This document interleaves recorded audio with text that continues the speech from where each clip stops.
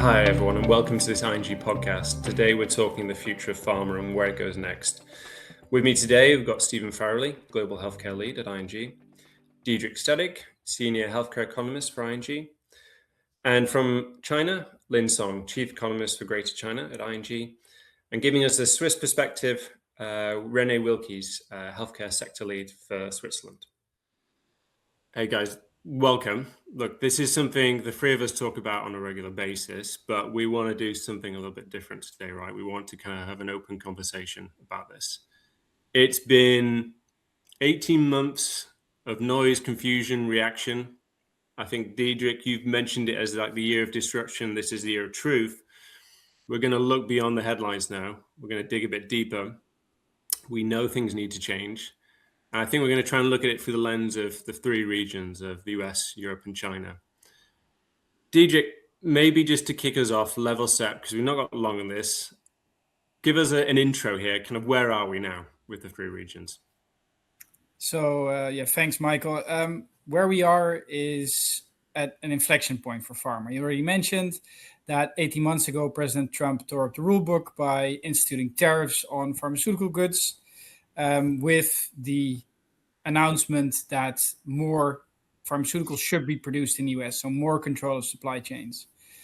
The discussion that started about manufacturing transformed into a discussion on price and innovation. And all three are in flux at the minute.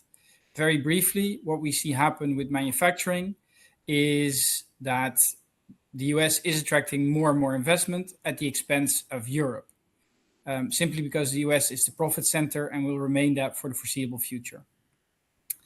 Then if you look at price, Trump has also instituted most favored nation pricing. This puts upward pressure on price in Europe, where the continent is also struggling to meet innovation. To give you a number with that, in 1990, roughly half of all global pharmaceutical R&D took place in Europe. Currently, that's 26%, so it nearly halved.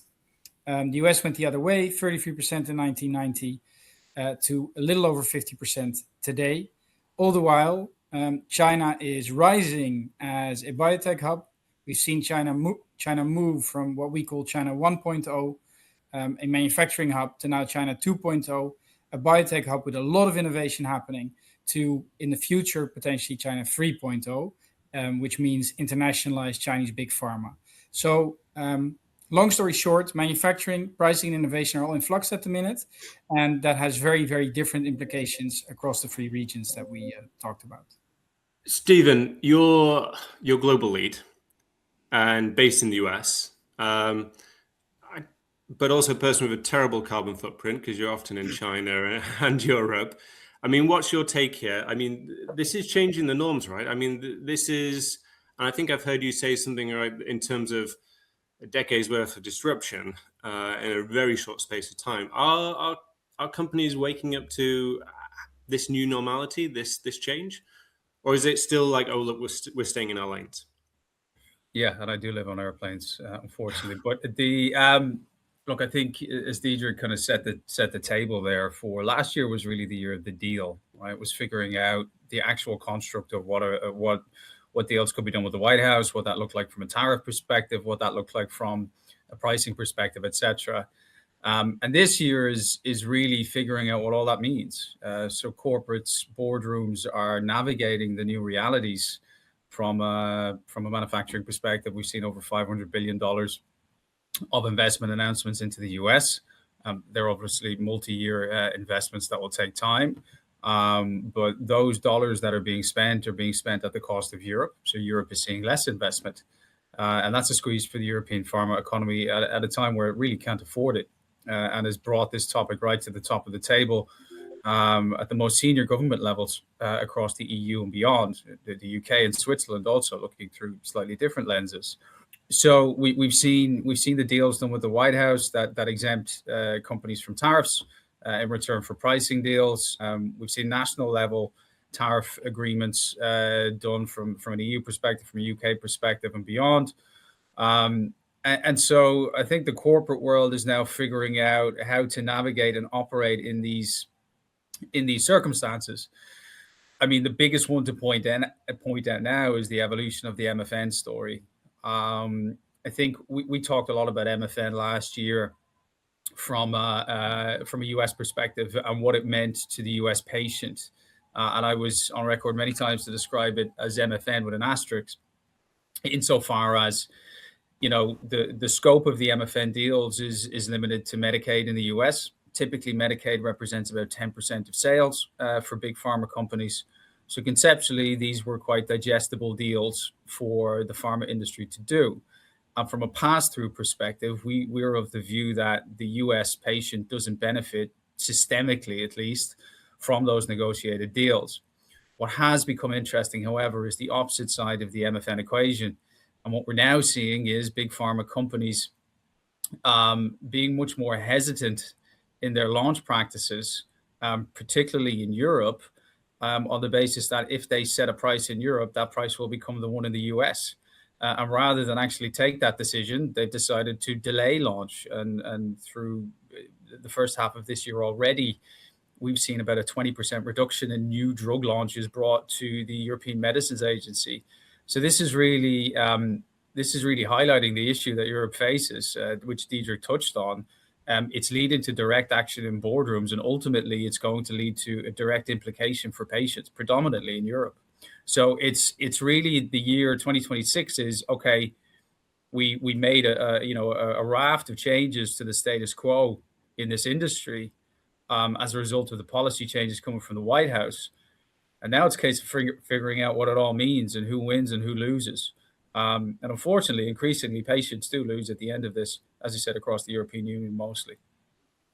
Historically, farmers had very clear roles in each region. I'm thinking US innovation and the profit engine. Europe, strong science background, but weaker on pricing. And China as, obviously generics, it's become a monster, but it's been making its way, right? It's been kind of slowly growing. Does that framework still hold true? Because if this disruption's happening, there's still these gravitational pulls, right? Especially around things like pricing and the profit engine here. Diedrich, maybe if I can go to you first on that. Do you think these still hold up, or is this kind of evolving? I think one of the three still holds. I think the US is still the profit engine and far and away the most important for innovation. The US is responsible for roughly 50% of revenues from big pharma companies. And that's not going to change. Then if you look at where innovation actually happens, the US is still the most important in terms of innovation. There's a lot of clinical trials taking place, a very vibrant biotech hub in both San Francisco and Boston. So that is not going to change anytime soon. What is changing, however, is because there's now pressure on Europe, as we've just outlined. Europe is becoming gradually less attractive, especially since this new course of the US. And at the same time, Europe is under pressure in terms of innovation. I already said Europe spends less and less on R&D comparative to other regions. But what is also really hurting Europe at the minute is that in the EU, there's 27 member states, and you also have the UK and Switzerland. That means 29 different regulatory regimes, 29 different pricing regimes, different health technology assessment requirements, sort of a patchwork of national and European-wide regulation. At the same time, we're seeing the rise of China becoming much more important for biotech. So lots of clinical trials happening. China has recently surpassed Europe in a number of new drug approvals. So that's a sign of the times. And that means that on the one hand, Europe is feeling the effects of the pressure that Trump is putting on manufacturing, but also on pricing when its population is aging and there's fiscal pressure. And to the east, there's now China that's more innovative and not slowing down anytime soon. Maybe I'll ask you, Stephen, because obviously we just visited China together. What was your takeaway from that? Because I definitely have the feeling that they're not going to slow down anytime soon, but curious what your most important findings are. I think if you walk away with one word from the Chinese biotech industry at the moment, it's impressive. We talk about this happening overnight. Certain elements of what's happened in China has, if you zoom out, it looks like it's happened overnight. But this has been an evolutionary story for decades, and I think it's really affirming when you experience and you sit with the biotechs and you sit with the investors and you visit the R&D sites and the hospitals that exist in China. The technology, the level of innovation, the discipline in pursuing a long-term strategy to become a credible alternative in the biopharma industry, it's all there to see. So I think we've been firm in our view that there is a next stage of evolution for the Chinese biopharma market. I've said many times, you simply need a Chinese strategy now. If you were active in the industry, you cannot be passive. And if we think about it from a regional perspective, I think that's precisely what Europe has been. It's been passive. While we can look at the evolution of the Chinese industry over a decade and the speed and the scale, quite frankly, at a speed and a scale that no other country can match. The exposure of the issues in Europe, there's been a level of autopilot there, and it has taken the Trump White House and the disruption towards the industry to actually expose that situation in Europe. But it's one that's effectively been in sleeper mode, because this is a 20-30 year decline. This is not a 6-month decline. So I think while China is doing what it's capable of in a way that nobody else is, it's added an additional exposure to the European issue. It may also, maybe we'll talk about this, it may also be a part of the solution to Europe's problems. But I think the direction of travel in China is clear. The speed and the innovation and the evolution is like nothing else that you will see in the industry in any other country or region. And for those that are not taking the Chinese biotech industry seriously, I suspect they will suffer in the long run. Actually, I think that's a really good point, Stephen. But before we delve into Europe too far, Diedrich, I know you had a chance to sit down with Lin Song, our chief economist for Greater China. So maybe we can kind of get his take on that. Yeah, let's do that, Michael. Lin and I spoke at length earlier today about how and why China has traded up the value chain, how it's become so innovative, how this happened, and what this means for the country, but also for the world going forward. So I'm joined by Lin Song, who is ING's chief economist for Greater China. And we're very, very happy to have him, because Lin offers a perspective that Stephen, Michael, and I cannot. Obviously, his specialty is China, and we'll do a deep dive into a few questions that we have, because as you've heard from the conversation that Stephen, Michael, and I have just been having, China has moved up the value chain in pharma. So it's not just manufacturing drugs anymore, but it's now systemically important for innovation and for businesses globally. So my first question to you, Lin, would be, how and why has this happened? Yeah, thanks, Diedrich. Happy to be here.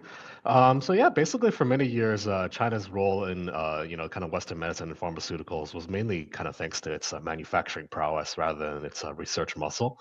It used to be a big producer of pharmaceutical ingredients as well as generic medicines, generally seen as kind of the more lower value added parts of the supply chain. So this began to change quite a bit over the past decade or so. I think the change is largely thanks to this key window of regulatory reform that we had between 2015 and 2017. This was when China passed a series of reforms in the healthcare sector. It also joined the International Council for Harmonization.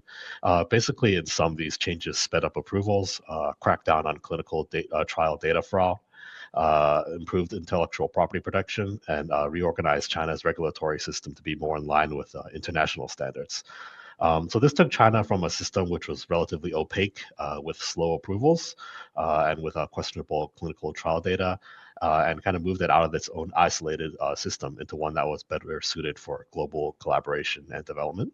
So I think this more favorable policy environment basically helped encourage a lot of investment into the sector. This improves the availability of funding, and in turn, it kind of creates a bit of a virtuous cycle. The funding helps attract talent back to China from overseas. They took what they learned from abroad and started their own companies. These companies eventually yielded positive results, and that encouraged new investment. So, kind of a key, China. Companies such as Zai Lab and Beijing all had founders who returned from the US. So basically, we see that this kind of favorable policy environment coincides with China's innate kind of demographic advantages. There's a large population for clinical trials. There's also a high quantity of highly educated, but also relatively inexpensive researchers, which help China kind of benefit from a lower development cost. So basically, fast forward a decade, and we're where we are at now. So China's not just a pharmaceutical producer anymore, but it's increasingly a player in the research and development side as well. We can see that this is kind of translating to China's macro level data as well. China's exports of medical products and pharmaceuticals more than doubled over the past decade, and biotech exports nearly tripled in the same time period. So I think we've seen Chinese products become increasingly competitive as well, especially in kind of the oncology and obesity and metabolic drug fields. Yeah, it's fascinating, and it's such a dramatic shift. You said the biotech exports have tripled. A statistic that I often use is that in 2014, 4% of all global innovative molecules in pipelines in the later stage of development was Chinese. So 4% 12 years ago. This year it's 33%. And indeed, I think it highlights what you said, Lynn, that this is such a rapid shift, and these regulatory reforms in China have truly unlocked China's you mentioned a virtuous cycle, I believe, of demographic advantages and very good scientists compared with more and more investments. I don't think in the West we understand just how significant this shift is and how important it will be for patients going forward, because obviously there's so much more innovation happening because Chinese biotech is developing, and it will really, really make a difference in the next few years already.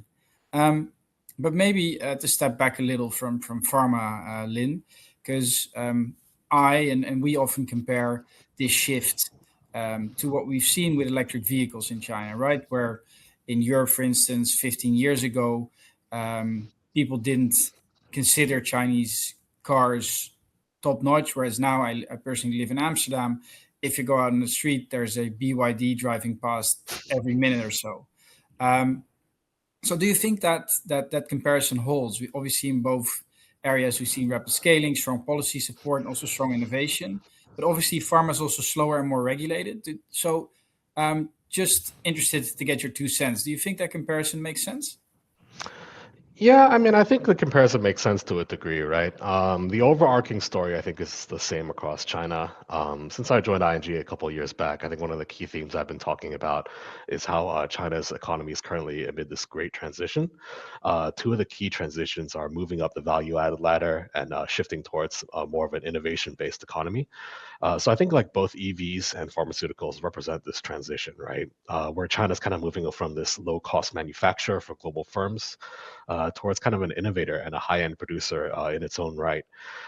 So like, where are the similarities? I think if you think about EVs and you think about pharmaceuticals, sectors benefit from this policy tailwind, right? It encourages heavy investment into the sector. It creates a generally supportive environment to kind of expedite development.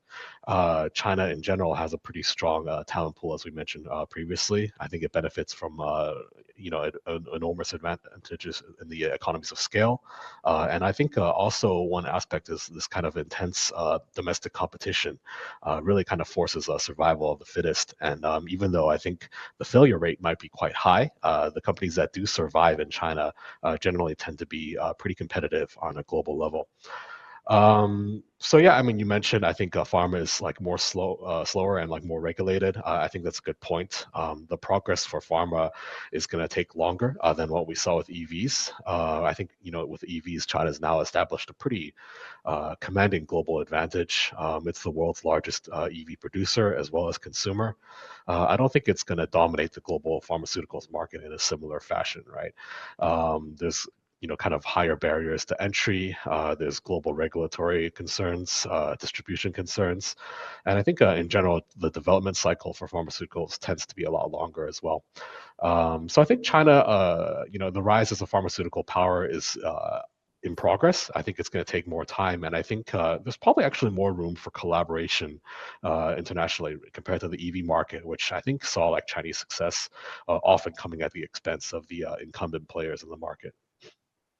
Yeah, it's fascinating you say that because indeed what we're seeing now is also a statistic that I use often is increased out-licensing between Western pharma companies on the one hand and Chinese biotechs, where there's this collaboration has only intensified in spite of a time in which we're seeing more geopolitical tussles every once in a while.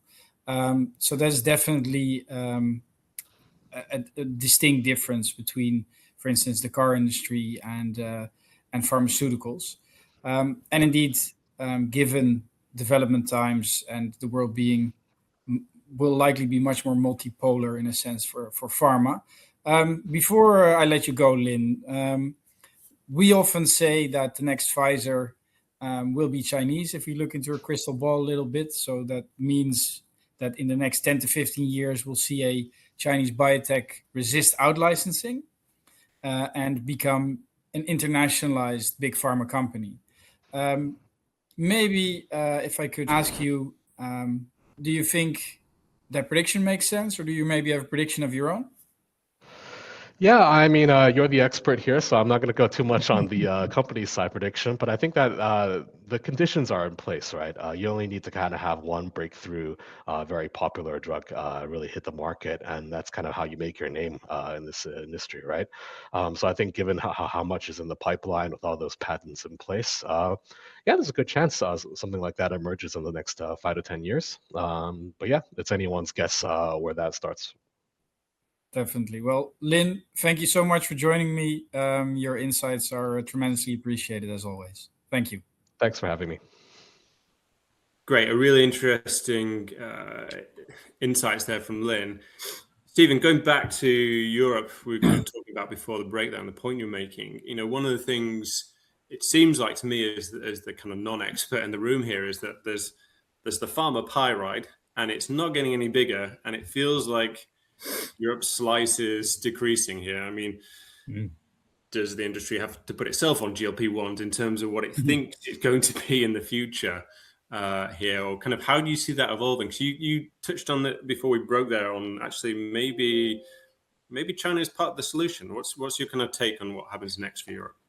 Yeah, I think GLP-1's a whole other conversation. But look, I think Europe is at the top of the agenda now. We've seen what's happening in Germany in the past couple of weeks. And we saw a number of months ago what was happening in the UK as Big Pharma began to retrench and began to threaten a pullback of investment into the UK market to trigger a debate and to trigger a negotiation ultimately on pricing. And we saw that to be an effective strategy from the pharma industry. The UK engaged, the UK expanded its QALY, its qualified adjusted life year, which is the methodology used to establish the basket of drugs that are permissible into the UK system, let's say. They expanded that by 25% for the first time in almost 3 decades. Now, the UK was in a position to do that at speed, given its autonomous approach to the topic. And I think, as Diederik mentioned earlier on, that's the way we're set up in Europe also. It's a country-by-country negotiation. But of course, the construct is slightly different from an EU perspective, given the fact that there is at least an alignment in the ambition of the EU 27 member states. Yeah, I think also important to note here, Stephen, sorry for interrupting you, but what the UK did was effectively make a trade deal with the US in which they involved pharma, right? Because they got a reprieve from tariffs and they promised to pay more for medicines. In Europe, trade policy is a European prerogative. It's a European policy area. So the European Commission negotiates trade deals on behalf of 27 member states, but medicine prices are negotiated nationally in very different ways, in very different systems. So it's also the architecture of the EU through which, or because of which, it can't act quickly. We give this example of the pharmaceutical package. I think the package updated 15-year-old rules, and it took 7 years to renegotiate it. And there's no direct response to Trump. So that gives you an idea of how slowly exactly this is progressing in Europe, even though you said this is a slow drip, right? Because the decline's been there for decades now, and still there's policy processes move slowly. Yeah, but I think there's a naivety in the conversation, Diedrich. I mean, it's not just about speed and an inability to move more quickly. We see this playing out in Germany at the moment. I mean, it's completely against the grain. I understand from a German perspective the need to reduce costs in the healthcare system. That's clear. But there's almost a tone-deaf dynamic to the direction of travel in terms of reducing the cost of pharmaceuticals, knowing full well what has happened in the UK and knowing full well where this conversation may go over time. You and I talk about this a lot. The US system, right? We see what drug costs in the US are up to 3 times more expensive versus Europe. Does that mean that Europeans should pay 3 times more? No, because of course we know that the US system is also incredibly inflated. And we regularly talk about the fact that the US pharma lobby will talk about the fact that 50 cents of every dollar is lost to the complexity in the downstream of the US system.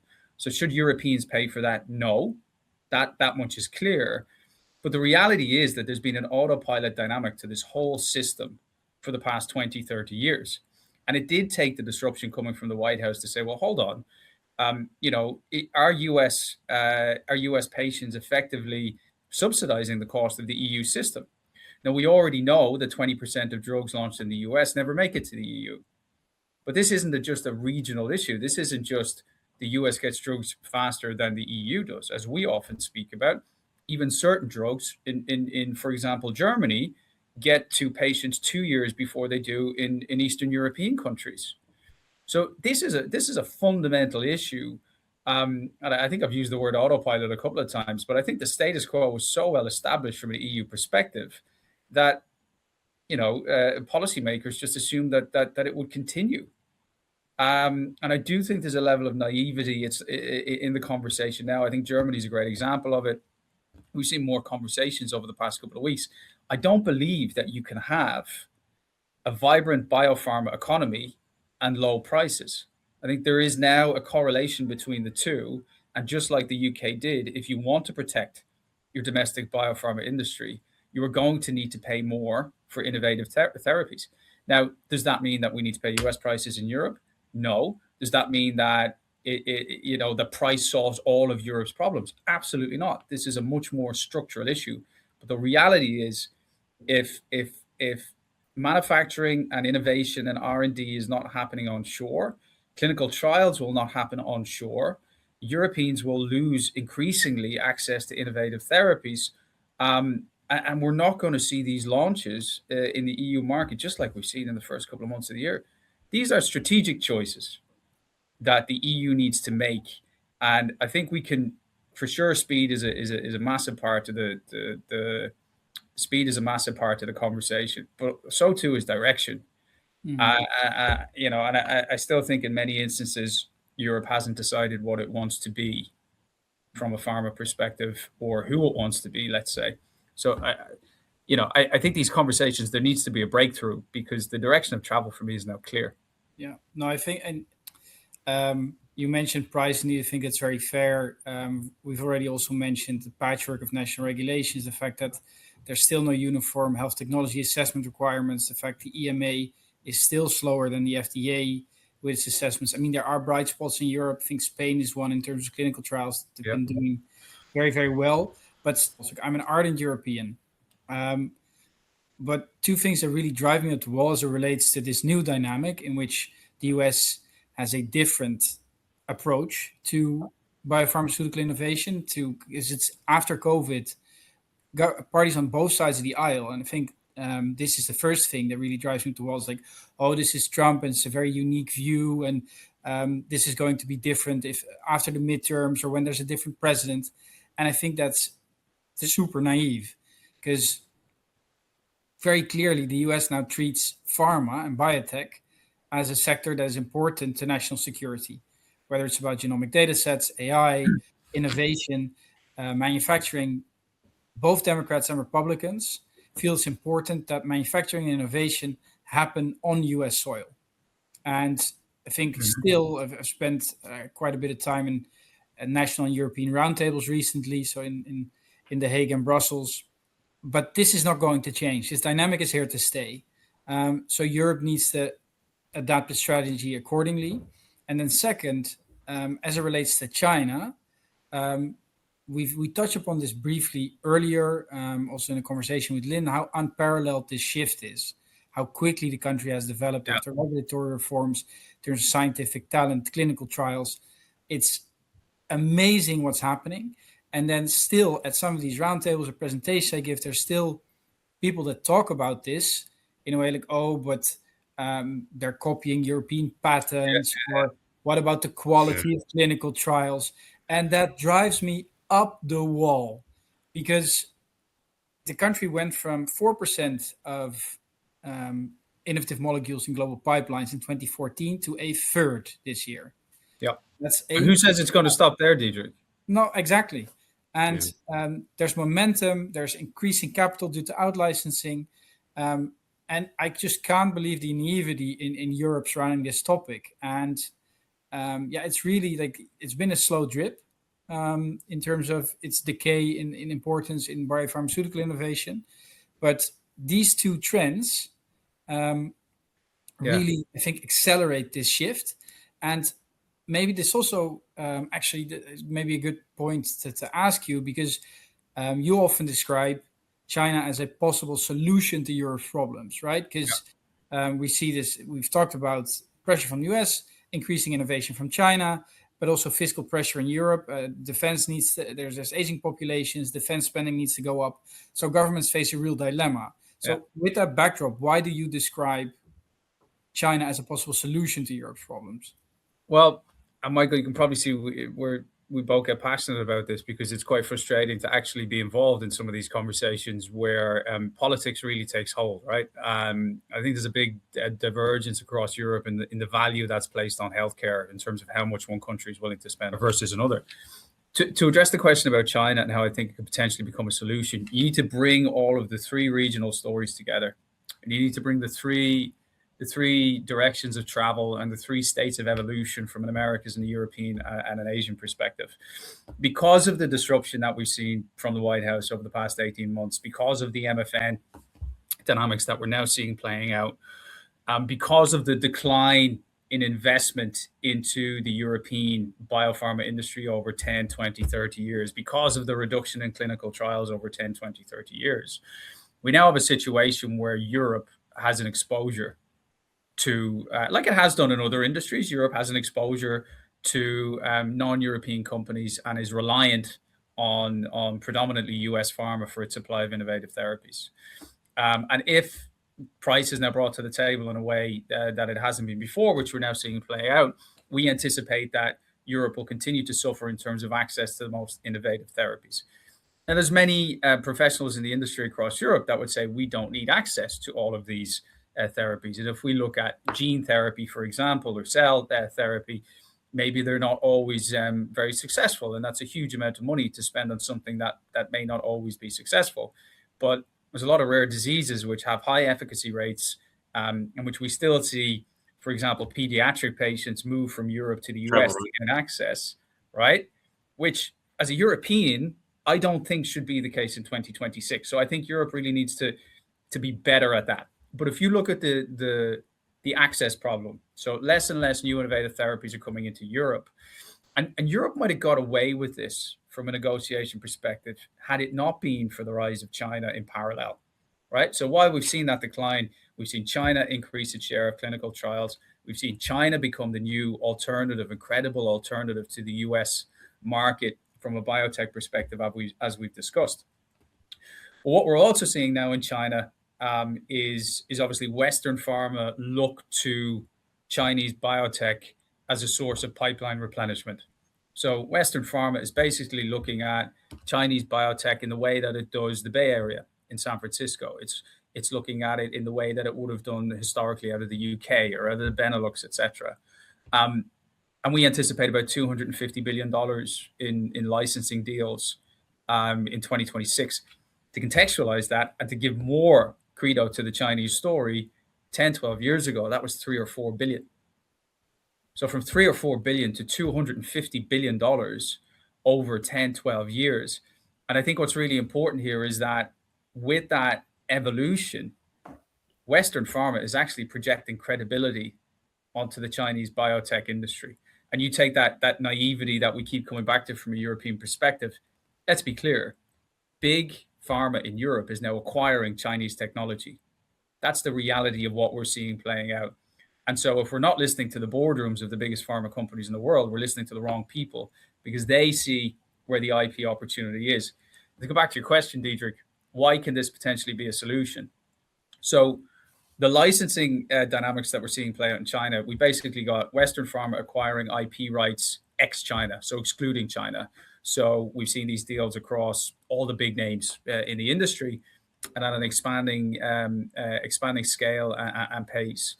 And these big pharma companies are buying the authority, the authorization to commercialize and manufacture these Chinese drugs in markets outside of China. Now, what's happening with that $250 billion, and we see this in the regular biotech industry, the more buoyant the biotech M&A environment is, the more capital becomes recycled to invest in the next biotechs, and so on. And you get this continuous effect, let's say. So the way I would look at the Chinese industry is that the speed that we've seen, and I said, why should it stop? I expect the continued evolution of the Chinese biotech industry. And I think to come to China 3.0, as we've described it, we shouldn't again be naive to the fact that the Chinese biotech industry will just be content with licensing everything to the West, as it is at the moment. For me, this is a point of maturity in an industry that will continue to mature. And as earlier discussed, our expectation is that China will begin to internationalize its pharma industry. Now, if it begins to internationalize its industry, where does it go?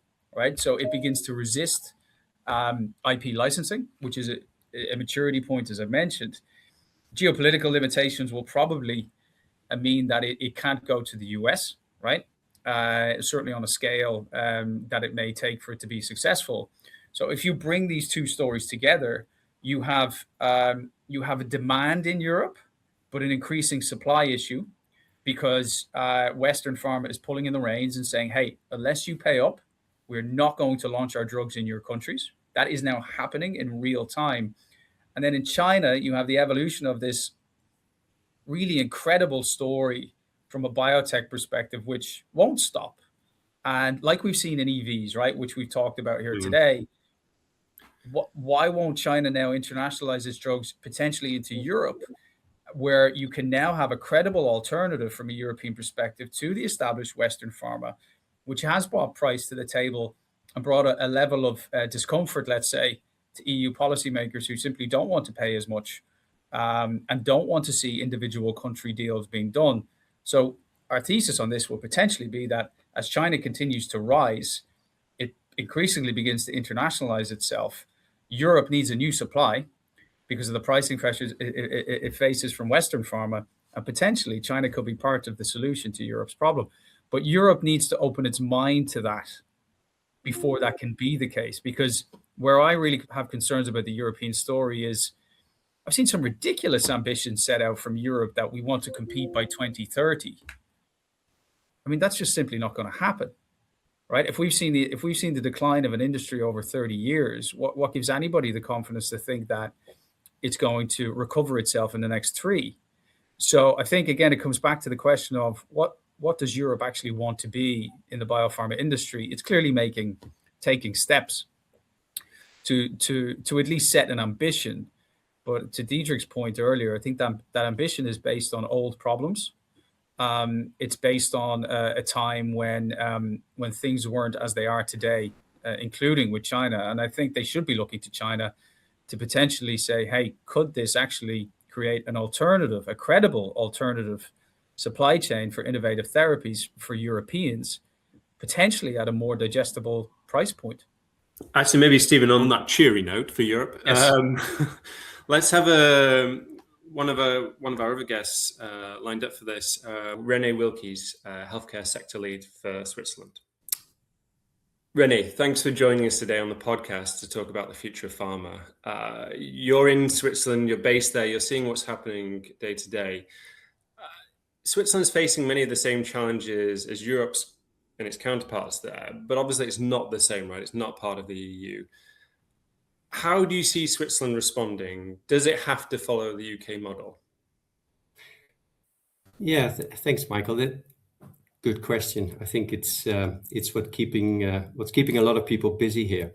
The problem, I think, in any case, is very real and very present, right? Large pharma companies challenging European governments on pricing policies that they see as a threat to their returns on innovation. And the examples that we've seen in the UK and also in Germany are very clear. Now, when I look at Switzerland, there are certainly things that are similar to, for instance, UK, but there are also a number of things that I think are different. Switzerland is one of the world's leading life sciences hubs. It's been that for decades. It managed to create a combination of world-class universities, strong intellectual property protection, and a broad scientific talent base, and combined that with highly specialized manufacturing. That history, I think, especially in this context of, let's say, pricing versus competitiveness versus investments, I think that matters a lot, and it makes it the starting point is quite different compared to that of the UK or Germany. So maybe the question is then, can Switzerland manage to preserve these factors and stay attractive? Or does it need that additional incentive that we've seen in the UK in response to that global industry pressure? And this pressure, by the way, is something I think that we can all feel, right? Last year, we've seen both Roche and Novartis announcing big investments in the US, triggered by the tariffs, sure. But I think we can all agree that would never happened if the US market wasn't so important. Right. Stephen just mentioned it, 50% of Big Pharma's revenue is coming from the US, and it's also a major innovation hub. So that means that part of that focus goes to the US. That makes sense, and it does create pressure. But at the same time, we don't see anyone walking away from Switzerland, right? And I think that's an important point. So on the contrary, right, the core research capabilities of the big players, their scientific talent base, the innovation ecosystem, if you like, they're very much here to stay. We can also see that by looking at our, the actual investments that our clients are doing, whether that's pharma, suppliers, CDMOs, CROs. A very large part of their investments, of their capex, continues to happen right here in Switzerland. Right. Maybe there then, and picking up on that in Switzerland, and you also spoke at the start there about the kind of legacy and actually how Switzerland's kind of fostered this culture that's allowed the sector to become a vital part of the Swiss economy and a major success story. What do you think it's going to take to continue to thrive then, as it has done, amongst this kind of growing pressure of China and the US, like Stephen and Diedrich have been talking about? Yeah, I think that's exactly what it's going to be about, right? And that's what Stephen said just now. So Europe has the exposure to the US and China. Switzerland, despite being this little island in the middle of Europe, obviously has that exposure as well.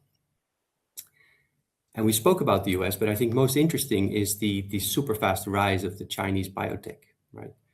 And that should be the real concern, and that needs to be addressed.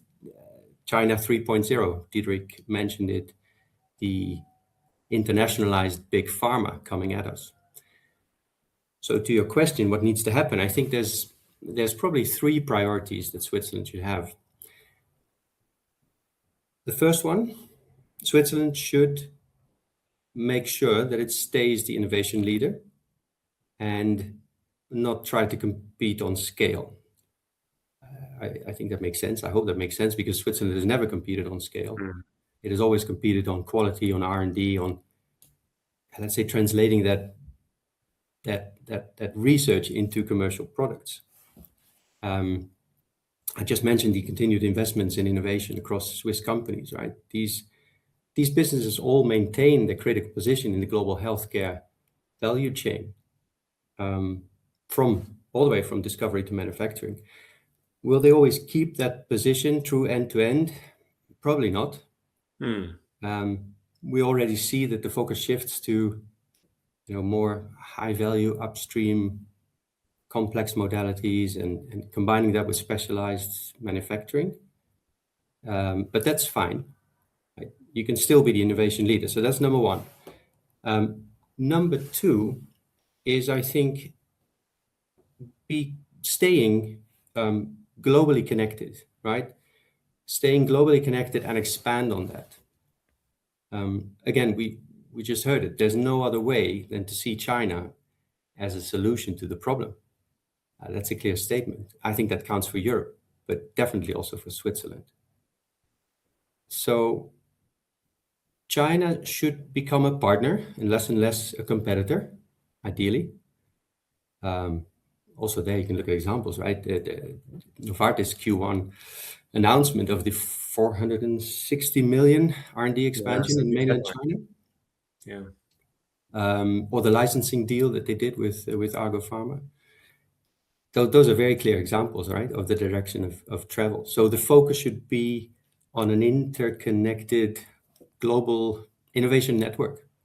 And I like to believe that Swiss companies are, probably very well placed, given this history. A combination of scientific expertise, regulatory know-how. I think that's a good base to start off from. So that's number 2. And then thirdly, it's back to that infrastructure, the pipeline topic that I mentioned before, right? The whole ecosystem made up of universities, talent development, R&D, all the way to the end product. Switzerland must continue to attract talent. Innovation still depends on people, right? We can talk about AI. We must talk about AI. And it's changing the rules of the game at the speed of light. But I believe, or at least I hope, that we'll still require people, right, for the short to midterm. And again, the country's universities, the research institutes, the biotech clusters around Basel and Lausanne and Zug and Zurich, I believe these conditions build a very strong competitive advantage. Thanks, Rene. Really useful insights there. We'll go back to Stephen and Diederik. Thank you. And look, guys, we kind of promised people at the outset here that we're going to say, look, what's next for pharma, right? So let's kind of drill down into it, because there's a lot we could keep talking all day here. Diederik, maybe I can kind of go to you first. Like, if we're thinking about these 3 regions, US, Europe, China, what do you see on the horizon, and what is next for them next 5 to 10 years for you? Yeah, so I'll start with the US. I think that's the easiest one. I think very clearly it remains the most important market. Will do also in terms of price in spite of MFN. It will also remain the most important innovator because of clinical trial regulation, because of the funding pools that are available around San Francisco and Boston for innovative biotechs. So the US will remain the core market and also the most important innovator. For Europe, it's unfortunately a story of decline, set to continue. We already outlined to start this conversation that companies are investing more in the US, less so in Europe. So we'll see a gradual decline in investment, and that shows up later in all sorts of other indicators. We expect to see slightly less manufacturing from big branded pharma companies. That excludes the CDMO space, where we do expect strong growth across all three areas. And Europe playing less and less of a role in terms of innovation, particularly because we expect the rise of China to continue. We expect China 3.0, as we call it, to take shape over the next 5 to 10 years, meaning there will be Chinese biotechs that internationalize, that will launch products outside of China, with Europe likely going to be the first launch market. So that's what we expect for the next 10 years or so, meaning that we'll have a more and more multipolar world. US clearly the dominant force, but China surpassing Europe as number 2. Stephen, anything you'd add to that? I've been so negative on Europe. I'm going to try to be a little bit more positive. I agree with everything Diedrich has said. The US is going to be the first launch market. It's going to be the most important profit market. It's going to continue to represent 50% or thereabout of pharmaceutical revenues, or at least that's where companies will want to get to. And we're seeing that type of M&A activity now coming from the mid-sized pharma companies who maybe only have 20-25% of their exposure. So they're going to try and get more of the US pie, given that it's the most attractive market. So that will continue. China, as we mentioned, I'm hugely positive on the evolution of the Chinese industry, and I think there's a next stage of evolution for it, which is that internationalization or Chinese big pharma. As you know, we put out the question: could the next Pfizer be Chinese? Now that's an attention-grabbing question, of course, but I think that's the reality of where the industry is heading. There is no reason that I see that China cannot be a credible big pharma alternative. On Europe, as I said, I'm going to try to be more positive because I've been quite critical. I think Europe will have to pay more for drugs. We've seen what the UK has done. I'm hearing suggestions now out of Japan, that they appreciate the urgency of what's happening from a pricing perspective. We've already seen some moves from the Japanese government to pay more than they would have done in the past. I think Europe just really needs to face the reality. Now, I wouldn't be surprised to see some sort of a framework of a deal on pricing. It's going to take diplomacy. It's going to take engagement with the industry. But Europe has a potential cost to its industry of about $21 billion a year if it doesn't get this right. And the numbers are simply too large from an economic perspective before we even get to an access perspective. And I think at least now at the right levels, ministers of health, and there was important meetings in Sweden last week, are coming together to strategize a response to this. But there needs to be a response. I spoke to some quite prominent people in the industry last week who had indicated that a legacy wait-and-see approach, a wait-and-see just is not going to work here. So I think Europe can right the ship. It needs to start with acknowledging that this topic is not going to go away. And I think Europe then needs to find its the right role for itself in the industry. It can't just trade off history anymore. It can't just trade off legacy quality. The simple fact of the matter is the US and Asia are simply too competitive and arguably too dominant, which more than offsets the scientists, the universities, the hospital systems.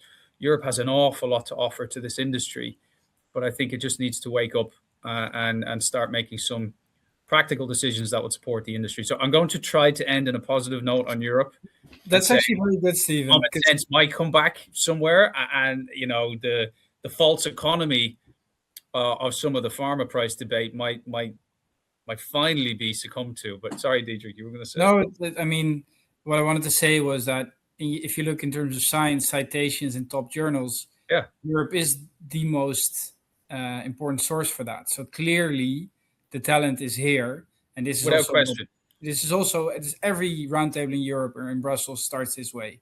We have the most important science globally, but we fail to commercialize.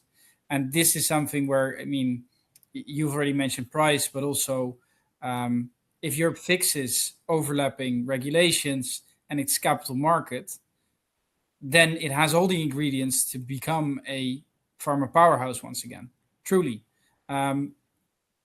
But that's a very, very big if. And with the pace of developments in Europe, I don't see that happening. But you're very right in pointing out that Europe does have the most or the best science in terms of contribution to and look, it should, this debate about price and profiteering, etc. Price is not a silver bullet. If Germany accepts that it needs to pay more for prices or more for pharmaceuticals, or Brussels does the same, it doesn't solve the problem, right? But it's a step in the right direction. And there does need to be an acknowledgement of the innovative or the cost of innovation, right? And I'm sure lots of people get into a social leaning debate on the role the pharmaceutical companies have to play. And I get it. And there's a credibility to that debate, of course. But you cannot deny the numbers. You cannot deny the declining significance of the EU biopharma industry. You cannot deny the decline in access to the world's best innovative therapies, where there are actually potential solutions out there, or significant, if not cures in some cases through cell and gene therapy, significant therapeutic options that could be available to Europeans. The conversation and the shorter part of the debate needs to start with price. I think it's not going away. Investment will pull back. We've seen Eli Lilly in Germany pull out investment, or half its investment that it announced a couple of years ago. But on a bright spot, we've seen them invest $3 billion in Leiden in the Netherlands. And the Netherlands is showing that with the right type of thinking, with the right type of strategic approach to the industry, that investment can still be attracted. So there are pockets of hope, I would say. But I think this point of wait and see, or this pricing conversation is going to go away, it's just simply not. There's too much leverage on the table. Okay. Maybe pockets of hope is how we leave it. Yeah. With the hope that signs of steps in the right direction. Hey, guys, just before we get the pug pulled on us by Olivia, our producer here, one final question to the two of you. We've been talking obviously a lot here about geopolitics. Other things on the horizon for you in terms of pharma? Stephen, Diedrich. Diedrich, do you want to go first? Sure.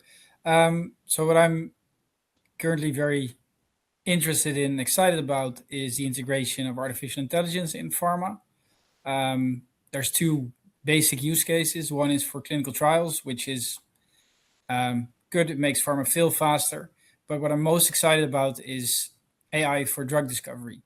Basically using compute to discover new molecules, something that we have in the pipeline for the second half this year. So I'm going to write about and talk about, hopefully again on an ING podcast. But I think we're at the precipice of a very unique advancement in medicine. I think we'll see much more new innovative therapies being launched with the help of AI, and that could be an enormous benefit to patients worldwide. And I think we're at the beginning of this shift and this revolution. And I'm very excited to see where this goes in the next 5 to 10 years. Yeah, very cool. Stephen.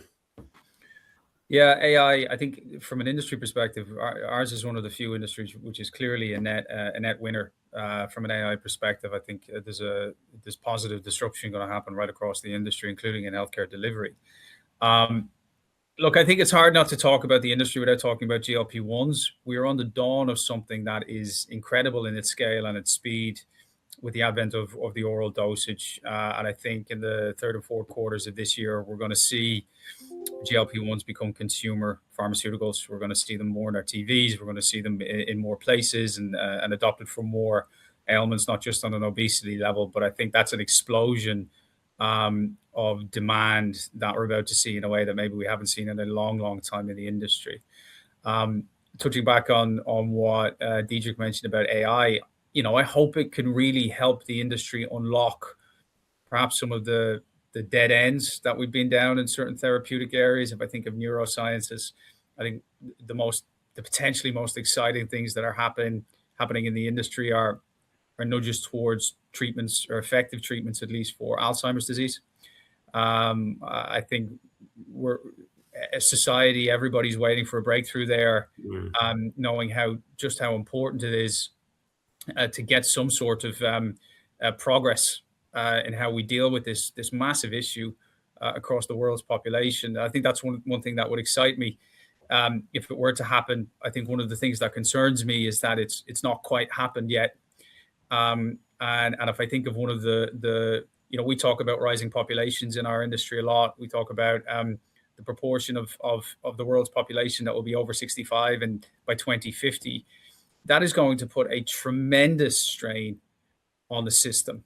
Yes, pharmaceuticals are great in keeping everybody around for longer, but of course, from a population perspective, we see major issues in care, in nursing care, and the likes. I think how the system responds to that is going to be very important going forward. And I think if we can get some sort of a breakthrough, particularly in neurosciences, that will be something that will be welcomed by the whole world, and would really shine a light on the power of this industry to solve really, really big problems for society.